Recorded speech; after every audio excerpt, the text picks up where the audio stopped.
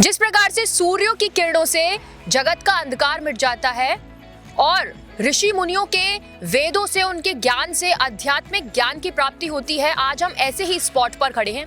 ये स्पॉट है एक ऐसा पार्क जहां आप अपने ज्ञान को और भी प्रकाशित कर सकते हैं। कैसे, तो चलिए इस पार्क को एक्सप्लोर करते हैं आज। और जिस पार्क के बारे में आज मैं बात करने वाली हूं, जिस पार्क के बारे में कुछ ऐसे फैक्ट्स भी बताऊंगी जो बेहद खास हैं, उन 7 ऋषि मुनियों के बारे में जहां पाठशाला होती थी, उन बच्चों के बारे में जो मुनियों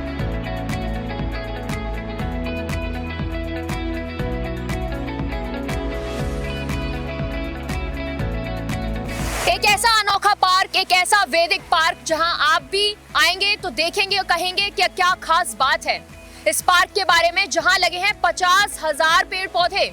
प्रकृति को तो ये सुंदर बनाता ही है ये अनोखा पार्क, पर इसके बारे में कुछ ऐसी जानकारी जो ऐतिहासिक भी है, सांस्कृतिक भी है और आध्यात्मिक भी है। एक ऐसा पार्क जो ऋषि मुनियों से जुड़ा है और ऋषि मुनियों के बारे में क्या कहानी बताता है, ये दर्शाता है पार्क। और जिस तरह से ये प्रकाशित हुई हैं कुछ चीजें यहाँ, वो भी आप स्कल्पचर्स के रूप में, उन पेंटिंग्स के रूप में डिस्क्रिप्शन के साथ पढ़ सकते हैं या देख सकते हैं आकर कि आखिर क्या खास यहाँ पर उन ऋषि मुनियों के बारे में, संस्कृति से जुड़े कुछ फैक्ट्स हैं।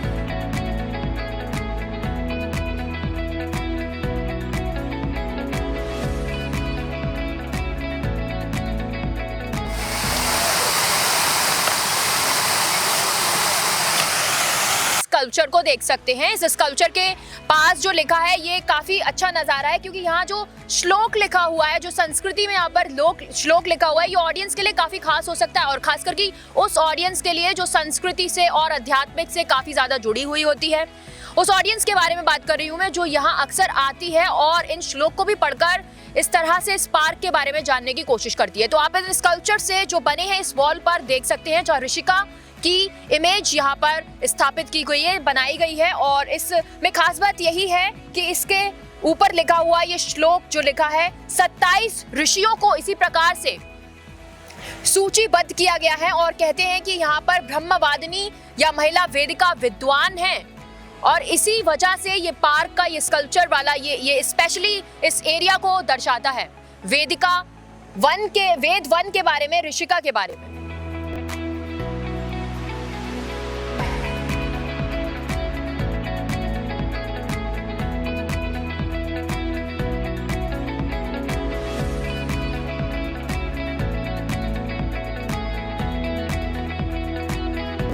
तो दर्शकों, अभी जहां हम अभी स्टैंड हैं, यहाँ बता दें आपको कि साइकिलिंग, स्केटबोर्ड और अन्य किसी भी स्पोर्टिंग इवेंट आप यहाँ नहीं कर सकते हैं, कोई स्पोर्टिंग एक्टिविटीज नहीं कर सकते हैं। खास बात तो इस पार्क की यही है, क्योंकि ये जो पार्क का ये जो बना हुआ है, ये लॉगिंग एरिया है। यहाँ पर सिर्फ आप टहल सकते हैं, यहाँ पर सिर्फ आप चल सकते हैं और वॉक कर सकते हैं। पर बता दें साथ ही में क्या खास बात है कि साइकिल ट्रैक दूसरे साइड है, जो अभी यहाँ इसका डेवलपमेंट भी चल रहा है। आर्टिफिशियलिटी की बात करें तो आर्टिफिशियलिटी के लिए एक गाय भी पीछे वहाँ रॉक के रूप में, पत्थर के रूप में एक गाय को भी आप देख सकेंगे।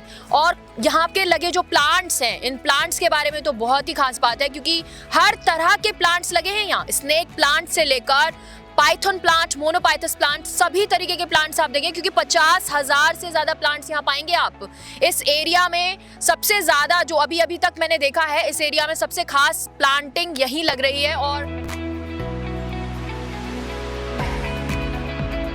तो इस वेदवन के पार्क के बारे में खास बात यह है कि जब आप एंट्री करते हैं पार्क में, तो एंट्री करते वक्त सबसे पहले आप एक ऋषि मुनि को देखेंगे जो तीर बाण चलाते हुए नजर आएंगे। काफी ज्यादा भावुक कर देने वाला ये एक स्कल्पचर बना हुआ है यहाँ पर, काफी खास लगता है, क्योंकि मुनियों के बारे में है, ऋषि मुनियों के बारे में कि इस पार्क में, जहाँ पर इस डिस्क्रिप्शन में आप देख सकते हैं महर्षि जमदग्नि के बारे में, जो अभी मैं आपको 7 ऋषियों में से एक ऋषि बता रही थी, 7वें नंबर पर जो आते हैं, उन्हीं के बारे में एक शॉर्ट डिस्क्रिप्शन भी यहाँ पे दी गई है।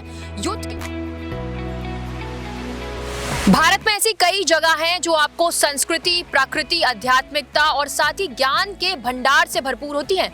तो ये एक ऐसी जगह है, नोएडा सेक्टर की चारों तरफ इस बिल्डिंग्स को आप देख सकते हैं और बीचों बीच ये पार्क यहाँ स्थित है।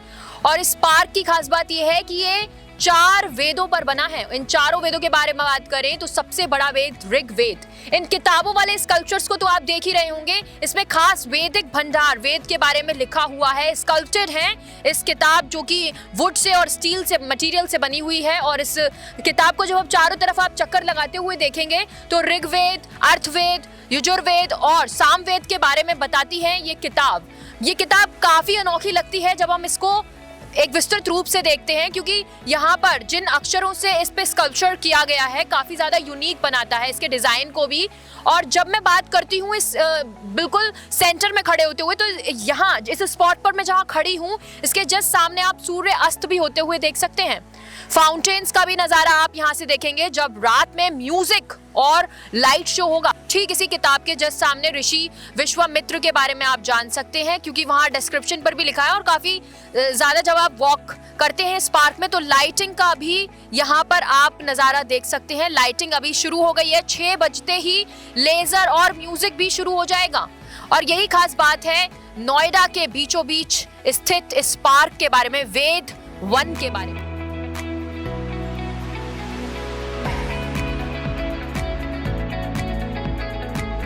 तो जब आप इस पार्क को घूमते हैं, जब आप थक जाते हैं तो आप प्लांटेशन भी देखने के लिए ये पार्क में एक अनोखी जगह है जहां आप पार्क में प्लांटेशन देख सकते हैं। इस प्लांटेशन के बारे में बता दें कि यहाँ आंवला का बना है ये प्लांट, और फाइलेंथस आंवला का आंवला है जिसका नाम। और यहाँ आप पा सकते हैं आंवला के पेड़ को देख सकते हैं। और भी कई ऐसे पेड़ पौधे हैं यहाँ पर जो 50,000 डिफरेंट वेराइटीज के स्पेशीज के बने हुए प्लांट्स हैं जो आप यहाँ पर लगाए गए हैं, देखने आ सकते हैं। क्योंकि खास बात यही है, जो अपने आप को नेचर से, प्रकृति से और भी ज़्यादा जोड़ना चाहते हैं वो लोग यहाँ पर प्लांटिंग भी देखने के लिए आ सकते हैं। और ख़ास बात तो यह है कि ठीक फाउंटेन के सामने जो शंख बना है, शंख की स्कल्पचर भी आप देख सकते हैं। वेद वन के शंख के बारे में यहाँ लिखा है, क्या इसकी इम्पोर्टेंस है इसके बारे में बताया गया है। और साथ ही में यहाँ से बिल्कुल ठीक आपको नज़ारा दिखता है। जब हम ऋषियों की बात करते हैं तो पाई की बात क्यों नहीं करें। ऋषि भारतीय आध्यात्मिकता से जुड़ा एक शब्द है, जबकि पाई गणित और विज्ञान में से एक मौलिक अवधारणा है। खास बात तो यह इसकी विशेषताएं, जिसमें भौतिक सुखों की चिंता नहीं करते हैं और अपनी इंद्रियों पर नियंत्रण रखते हैं।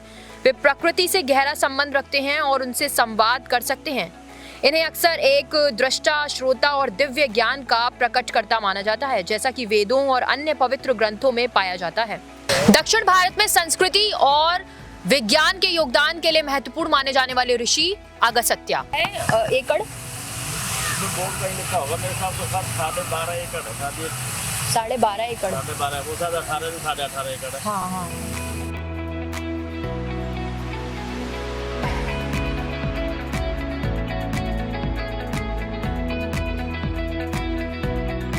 पार्क का नाम है वेद वन। चारों तरफ आप हरियाली देख सकते हैं, प्रकृति, सौंदर्य और संस्कृति का भी मिलन। इस जगह जहां वेद वन का पार्क है, यहां आप 7 ऋषियों की स्तंभ को देखेंगे और स्तंभ के साथ साथ जो 7 जोन्स में बचा हुआ ये पार्क है, काफी अनोखा पार्क, एक अद्भुत पार्क जिसमें म्यूजिक, साउंड, लेजर लाइट से लेकर प्रकृति, हरियाली का आनंद ले सकते हैं। 50,000 पेड़ पौधे देख सकते हैं और साथ ही में बना है 12.5 एकड़ में एक ऐसी लैंड, इस लैंड पर जहां हम हैं, इस पार्क का नाम वेदवन है। राष्ट्र पहल में पार्क में आ रहे उन सभी डेली आने वाले, उन सभी टहलने वाले लोगों का स्वागत है। स्वागत करते हैं मैम का, सर का, इन सभी ग्रुप्स का जो अक्सर यहाँ पार्क में आते हैं। तो एक बार मैम आप सभी को गुड आफ्टरनून। आप यहाँ पार्क में डेली आते होंगे, अक्सर आते ही होंगे, डेली नहीं आते होंगे, तो अब बस आप क्या थोड़ा बहुत बता सकते हैं इस बारे में हमारे दर्शकों को कि आपको इस पार्क में आकर कैसा लगता है और यहाँ आपको प्रकृति से जुड़कर आपको कैसा एहसास होता है। नमस्कार, मैं रोज ही आती हूँ क्योंकि हम रहते ही हाइट पार्क में हैं, इसलिए हमारा तो रोज ही आना जाना है। तो समझ लीजिए मॉर्निंग में भी हम आ जाते हैं और इवनिंग में भी हम आते हैं, तो हमें बहुत ही अच्छा लगता है क्योंकि हमें नेचुरल ब्यूटी नज़र आती है।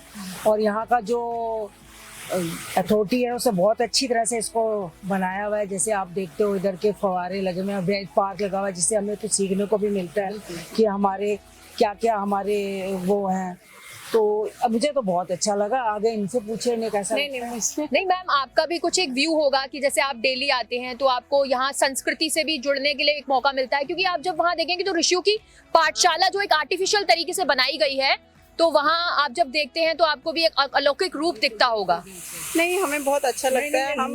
हम डेली यहाँ पे रूटीन पे आते हैं, मॉर्निंग पे आते हैं, इवनिंग में भी आते हैं और यहाँ के थोड़ा फ्रेशनेस फील करते हैं।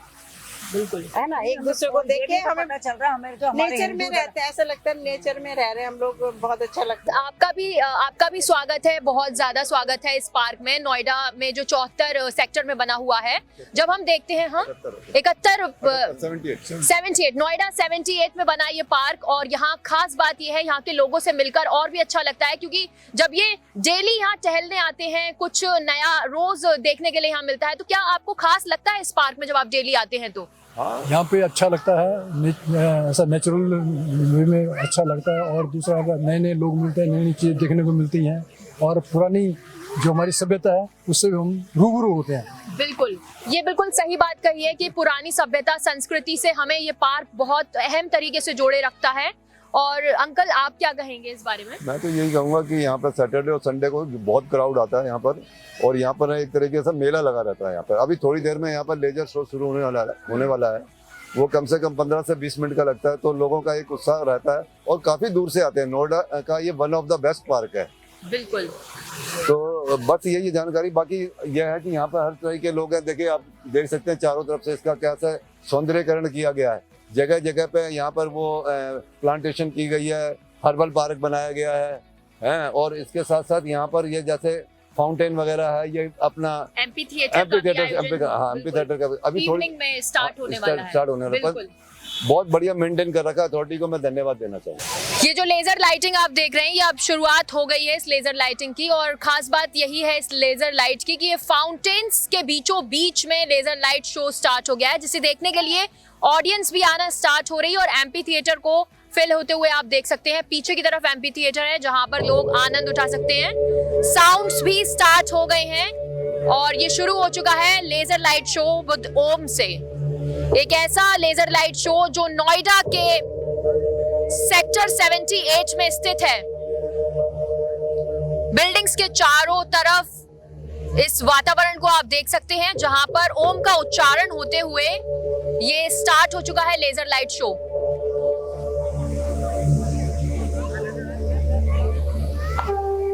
पीछे दिख रही बिल्डिंग्स और ये बीचों बीच लेजर लाइट शो का आनंद ले सकती है ऑडियंस। और शुरुआत होती है संस्कृति से और सांस्कृतिक कार्यक्रमों से। तो उसी के साथ पहले भारत का नजारा देखते हुए और फिर शंखनाद होते हुए। यहाँ पधारे समस्त आगंतुकों का हार्दिक स्वागत है। भारत में आदिकाल की विलुप्त हो रही ऋषि परंपरा का पुनरुत्थान की गाथा वेदवाणी से प्रारंभ करने की चेष्टा की गई है।